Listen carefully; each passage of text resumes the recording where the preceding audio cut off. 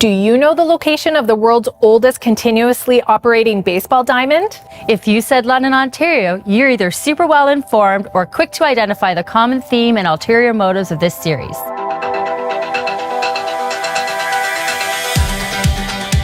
Labatt Park isn't our only claim to fame when it comes to sports. So here are famous athletes who grew up in London, Ontario. We've got Olympic medal winner Maggie McNeil. Before attending the University of Michigan, Maggie swam competitively at Sir Frederick Banting Secondary School and the London Aquatic Club. Since then, Maggie has brought home 3 Olympic medals, 8 world long course medals, and 11 world short course medals. She's also won 5 medals at the Commonwealth Games and holds the world record in the short course 50-meter backstroke.